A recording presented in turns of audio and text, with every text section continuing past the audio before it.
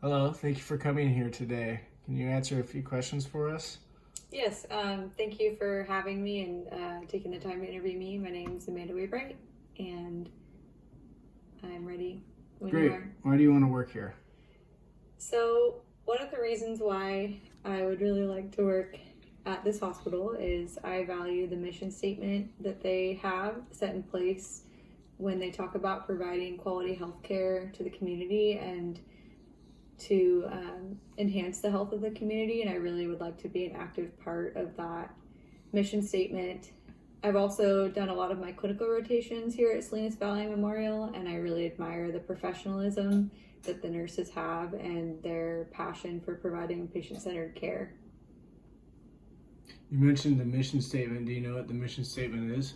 I don't have it memorized, but I know it's providing quality health care to the people of Salinas and to enhance the education of the community. What qualities do you bring to the table that would benefit our organization? Some of the qualities I think I have are that I'm a really hard worker. I'm passionate about what I do. I'm detail oriented. I'm a team player, and I feel like I'm really honest, and I feel like I have a good moral compass, and I always try my best to do the right thing. What are some of your personal strengths and weaknesses that you possess? I would say one of my strengths is that I am detail oriented, and I say that because I think my background in law enforcement, when I spent time in that career, it really taught me how to pay close attention to subtle cues and picking up on things that you have to look really closely for. And I think that translates well into nursing because it allows you to really pay attention to your patients and to catch an error before it harms them. And a weakness I'd say I possess is that I can be a perfectionist, and I can kind of be my own like biggest critic. And so if I don't do as well on something as I want to, I tend to beat myself up over it, and that's definitely something that I've been trying to work on. Where do you see yourself in 5 or 10 years? I would say I would see myself still working at this hospital and having completed my bachelor's degree. I would really like to go on to get a master's at some point. So I would think by the 10-year mark, I would be enrolled in a master's program. And I would also really like to work my way up into management so that I can kind of I can contribute to bettering the healthcare system in the hospital. Tell us about a time you had a conflict with a coworker, employer, patient, or family member and how you resolved it. So while working in the ER at Watsonville Hospital, as a tech, we go and we clean the rooms. And so one of the days I was there, I was cleaning a room when I realized that there was a sharps left out on the counter. And so I disposed of it, and then I went to go find the nurse at that room that had that room. And when I approached her, I talked to her in the nurse's station, kind of in front of a few other people, and I had just like asked her if she realized that she had left it out, and she got really defensive with me and told me that she didn't do that and that she never leaves her sharps out and she always cleans up after herself. And I just tried to stay really calm and tried to not be confrontational with her. And I just said okay, and then a few maybe 20 minutes later, I pulled her aside in private and I just told her like I was sorry if I had made her feel like I was calling her out in front of the rest of the employees, and that in the future I would just pull her aside privately to talk about something if there was a problem. And she said that she was thankful for my apology, and she also said that it was very likely that she could have left the sharps out. She had been having a really stressful shift and she was feeling really overwhelmed. So I told her, that she can always come to me if she needs extra help. And I feel like we left it on a good note after that. Share with us one of your most memorable experiences with a client or a family member. So I would say one of my most memorable experiences was when I first started the nursing program. I was in my first semester think it was like my first week or two on the floor, and I was assigned a patient on the oncology unit that was very, very depressed and very like withdrawn. They wouldn't really interact with you when you go in the room, and you could just tell that they were having a hard time. And I remember going in there for the first time, introducing myself, and they didn't even really acknowledge me. And I just went on just with my duties and just kept caring for them. And at one point, the patient wanted some pain medication, and I went to the primary nurse, and we went into the room together, and we were getting the patient ready to give them some pain medication. And as I was kind of reaching over the patient, helping them reposition themselves, they reached out and just grabbed my hand unexpectedly and just said thank you. And I think that was really, it took me by surprise, and I think it was really, it made an impact on me because it made me realize how sometimes like just giving patients the silence that they need, and like sometimes like the things you do non-verbally mean more to them than like actually your words do. And so yeah, that just really stuck with me and made me realize that you can do a lot for a patient just through your actions. How do you manage your time and stressful situations?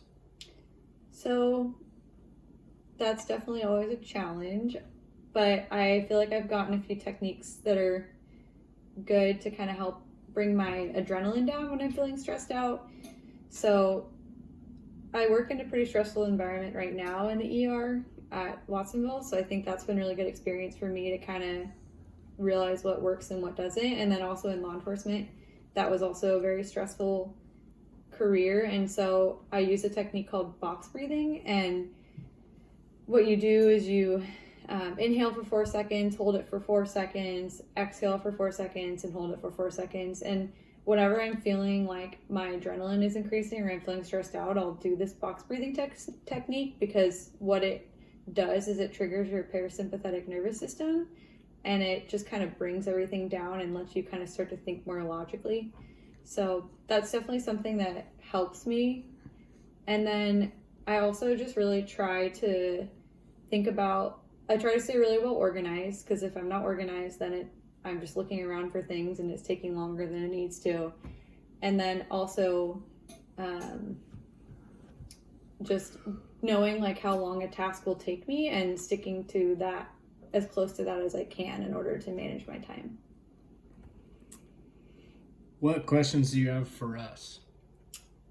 One question I have is, if hired, what is the orientation process and how long do we spend with training, and kind of what is it like, what's the timeline, what that look like what should I expect?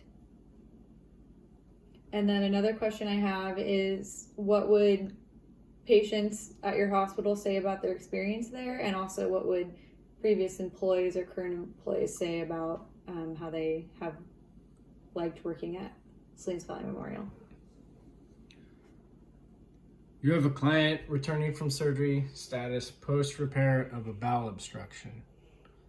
His blood pressure is 90/50 with a respiration rate of 28.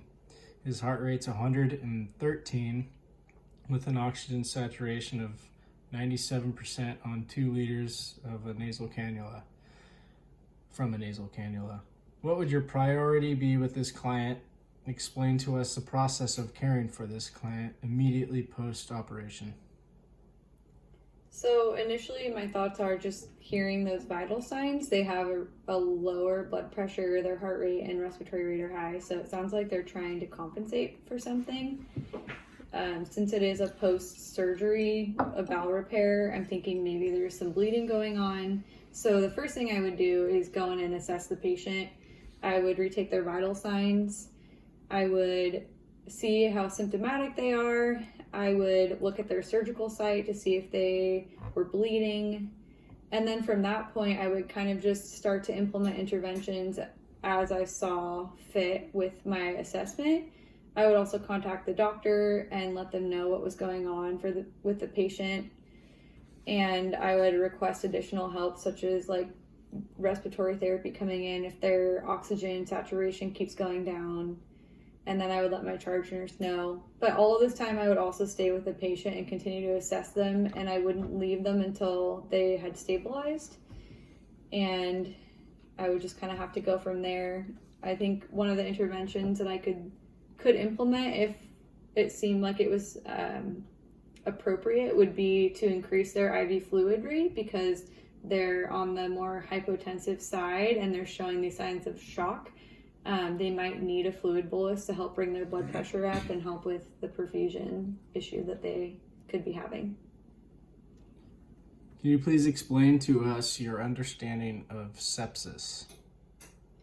Yeah, so sepsis it's an infection that has basically gone systemic in the body. And what happens in sepsis is there's just this massive vasodilation that occurs, and then the capillaries become really leaky, and so all of the fluid in the intravascular space starts to leak out into the extravascular space, and this causes the patient to become severely hypotensive, and then they're not perfusing their organs, and that is what leads to multiple organ failure. So there's some criteria used to help diagnose sepsis. Some of those criteria include a heart rate that is above 90, respiratory rate above 20, a temperature above 38.3 or 100.4, or they're hypothermic, so their temperature is low, below, I believe it's 36.3. White blood cells above 12,000 or below 4,000, and then with the high blood cells, white blood cells, the presence of bands. And their lactic acid is high. So there's different criteria that you can utilize that will give you the idea that the patient is septic. So it's the SIRS criteria, and there's I'm losing my train of thought. They suspect an infection plus the SIRS criteria is what's going to tell you whether or not this patient is turning septic. Okay, thank you for your time. Thank you.